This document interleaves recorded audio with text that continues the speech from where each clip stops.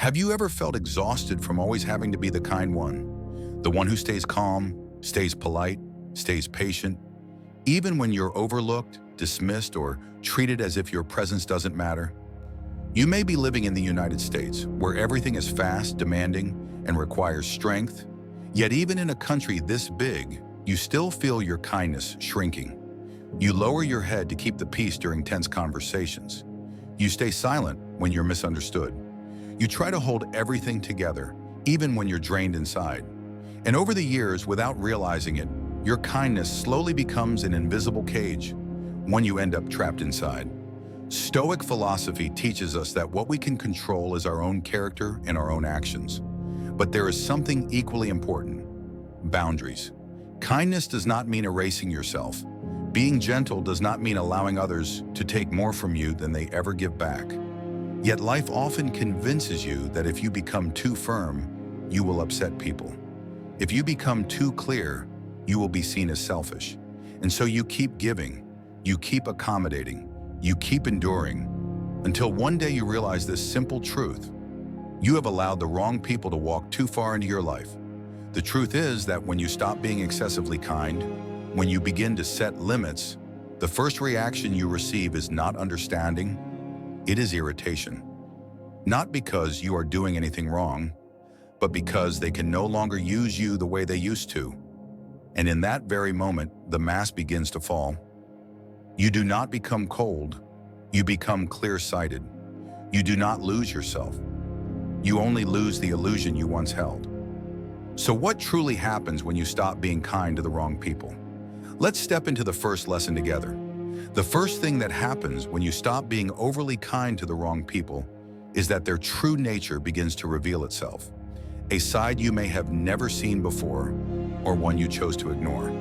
When you're always agreeable, always saying sure, always nodding just to avoid trouble, they treat it like a privilege. They get used to you showing up whenever they need something, used to you giving your time, your energy, even your emotions just to keep them satisfied. But do you know what happens? The moment you say no just once, everything changes instantly.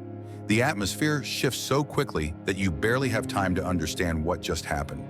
The polite smiles disappear, the sweet words turn cold, the supposed concern suddenly becomes distance, and the people who once praised you for being kind, nice, or trustworthy are the very ones who react the most aggressively.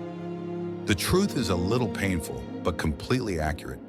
When you no longer give them what they're used to receiving, they show you exactly who they really are. Stoic philosophy teaches that when you set clear boundaries, you not only protect yourself, you expose the relationship itself. Boundaries reveal the selfishness, the manipulation, and the opportunism you once mistook for care. Someone who truly loves you may be surprised, but they will respect it because they see you as a person with value. In contrast, someone who only sees you as a tool will show their displeasure immediately. Just like the story of Daniel, a man who lived in the United States for many years and was always the reliable one in his friend group. Daniel was always helping, always showing up no matter the time. But one day, when his health and family were affected, he started saying no. And immediately, some people quietly disappeared. One person even said to him, "You've changed." But Daniel realized they weren't upset because he had changed. They were upset because he was no longer as easy to take advantage of as before.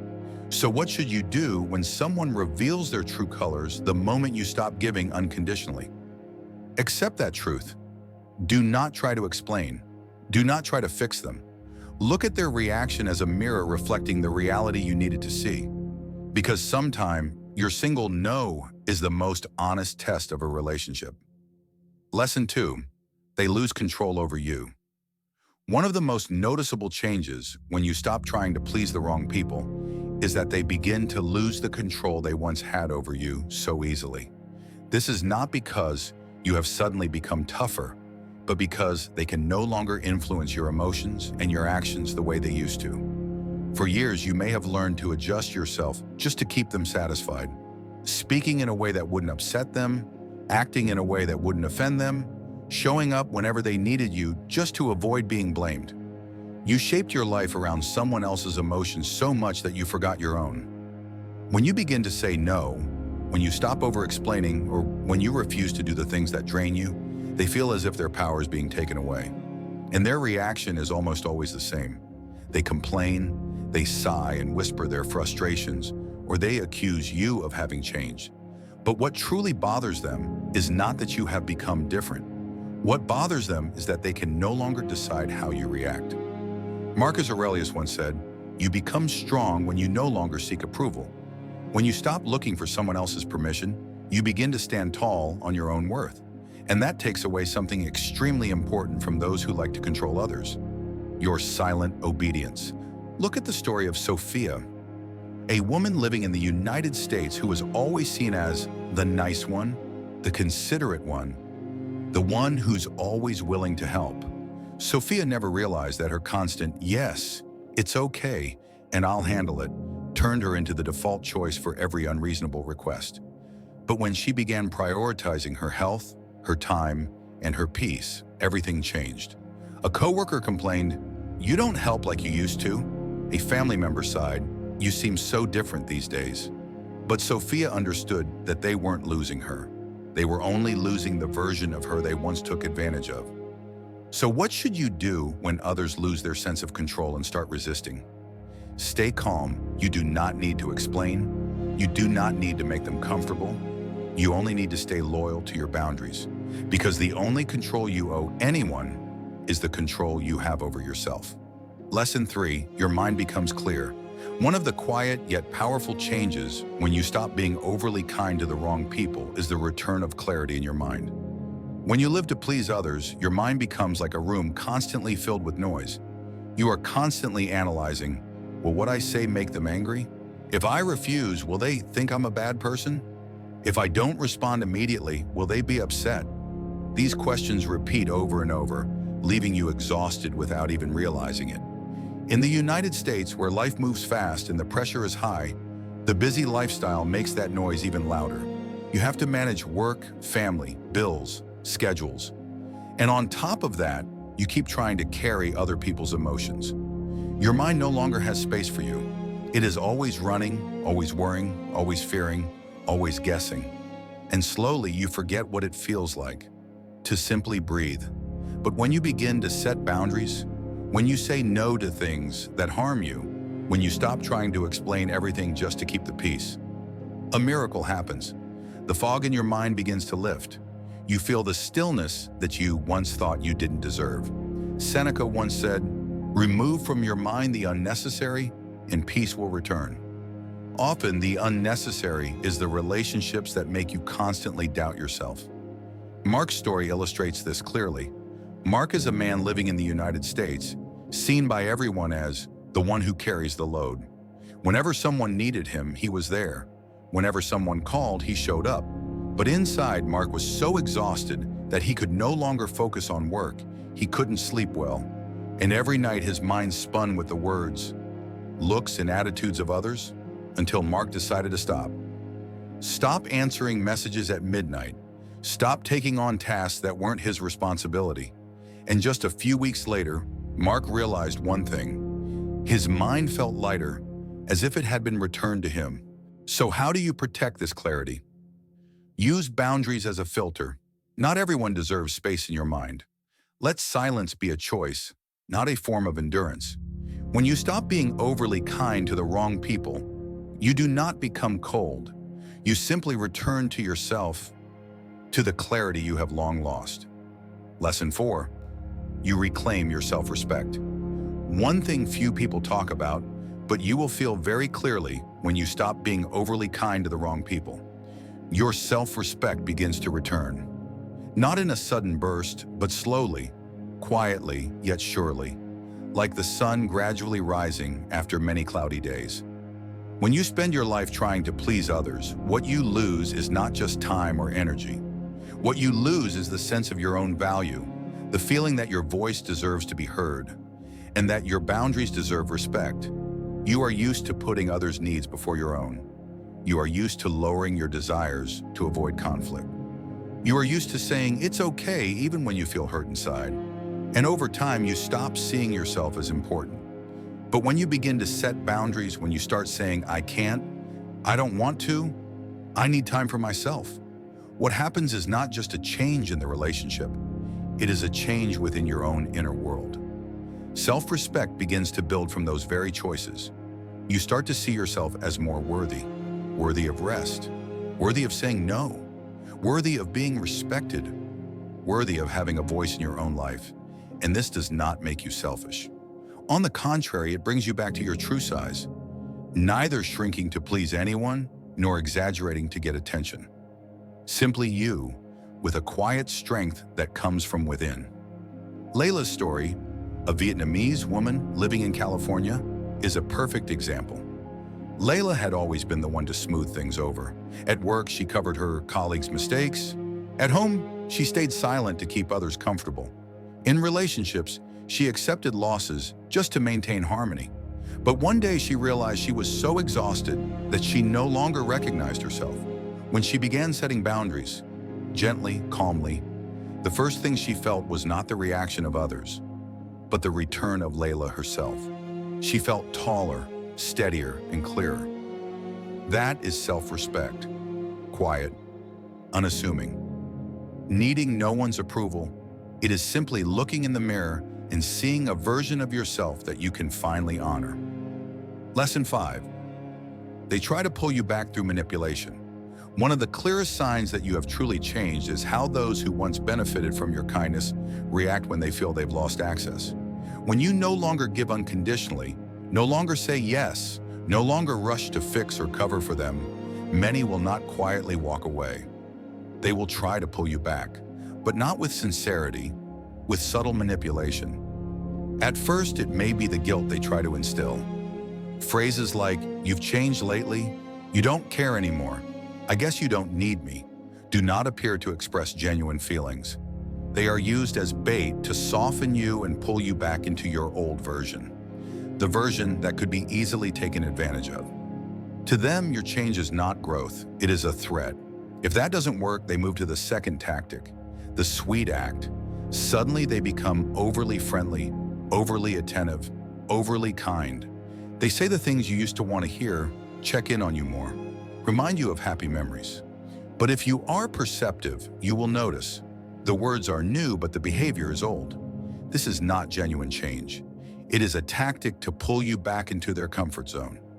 And when the first two tactics fail, they move to the final step, blame and distortion of reality. They turn your setting boundaries into thoughtlessness. They turn your calmness into coldness. They turn your autonomy into betrayal. But behind all their accusations lies a simple truth. They don't miss you. They miss the benefits you once gave them. Julian's story, a Vietnamese man living in Texas, is a clear example.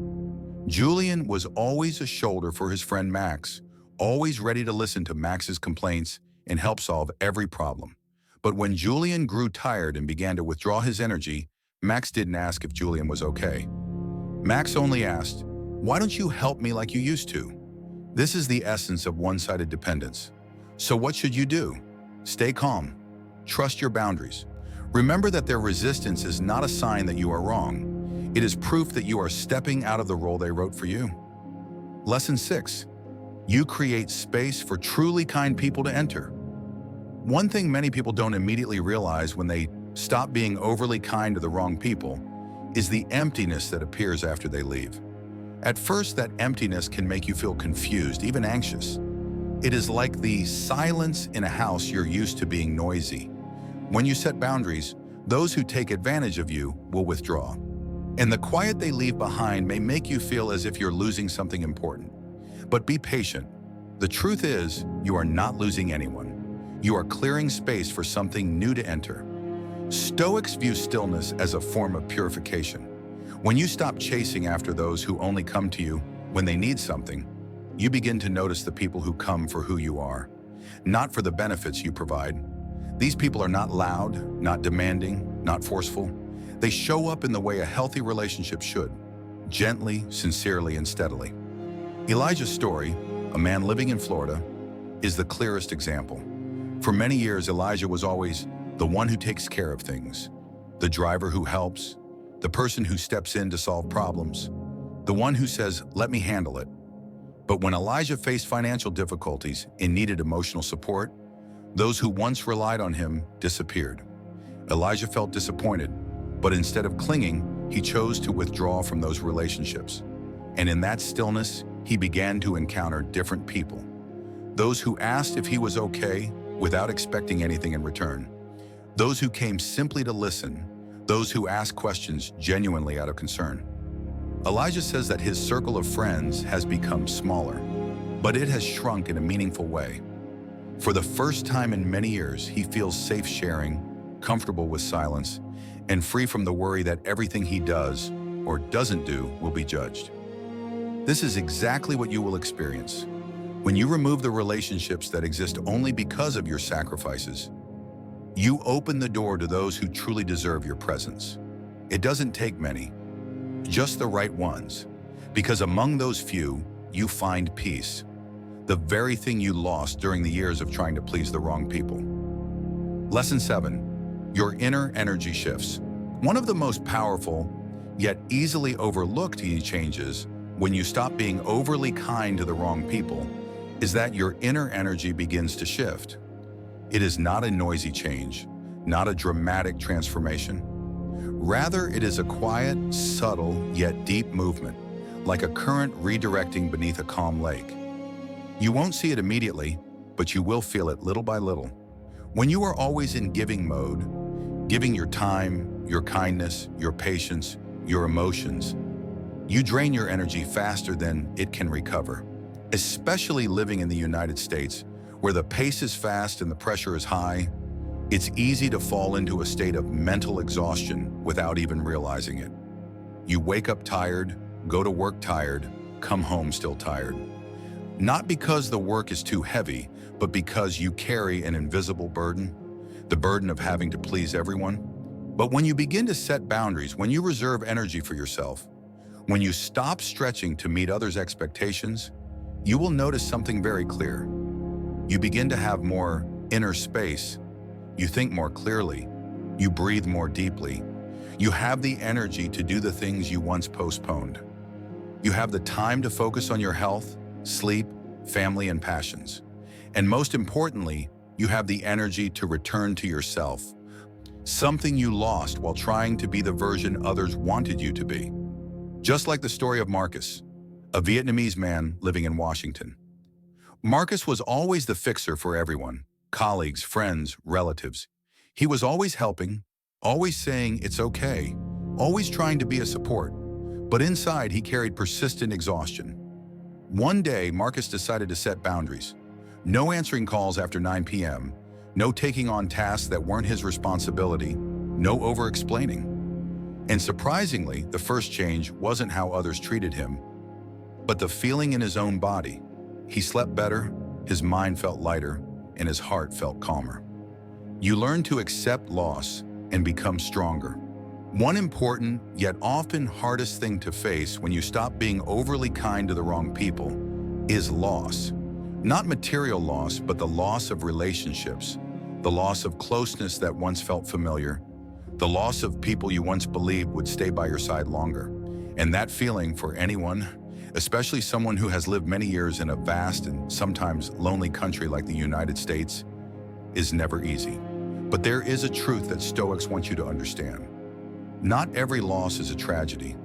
Often it is liberation. We fear losing others not because they are truly important, but because we fear the emptiness they leave behind. We fear loneliness. We fear that we did something wrong. We fear that we will not find someone better. But when you look deeply into the nature of those relationships, you realize the people who leave when you begin to respect yourself were never truly staying in the first place. Stoics teach, what truly belongs to you will never leave you. Conversely, what does not belong to you will naturally go when you are wise enough not to cling to it. When you stop giving unconditionally, some people will leave. But their departure is not a sign of failure. It is a sign that you have stepped out of your old version, the version bound by fear, by clinging, by the desire to please everyone. Look at the story of Hannah, a Vietnamese woman living in Oregon. Hannah maintained an old group of friends out of habit, even though they rarely supported her and often said things that made her doubt herself. When Hannah began living authentically according to her own needs, those people gradually left. At first, Hannah felt sad because she was used to their presence. But just a few months later, she realized she felt lighter, more confident, and open to new people. People who were better, healthier, and who valued her more. This is the nature of losing the right people. It opens the way for better things that you previously weren't at peace enough to receive. When you accept that not everyone will walk with you to the end of the road, you begin to choose more carefully and love yourself more deeply. Loss helps you grow. Letting go gives you freedom, and freedom helps you find yourself. As you move through this journey, you will see that stopping being overly kind to the wrong people does not make you cold. It makes you clear-headed. You do not lose your kindness. You simply learn to give it to those who deserve it. You do not lose relationships. You only lose those who leave when they can no longer benefit from you. And in that departure, you regain something far more important: yourself. Stoic philosophy reminds us that you cannot control how others treat you, but you can control how you allow them to remain in your life. When you dare to set boundaries, you dare to choose peace. When you dare to walk away, you dare to grow. If this video resonates with you, leave a comment. I choose peace. This is not just a phrase. It is a commitment to yourself. Hit like to spread this message to those who need it. And don't forget to subscribe to continue receiving Stoic lessons that help you become stronger and wiser every day.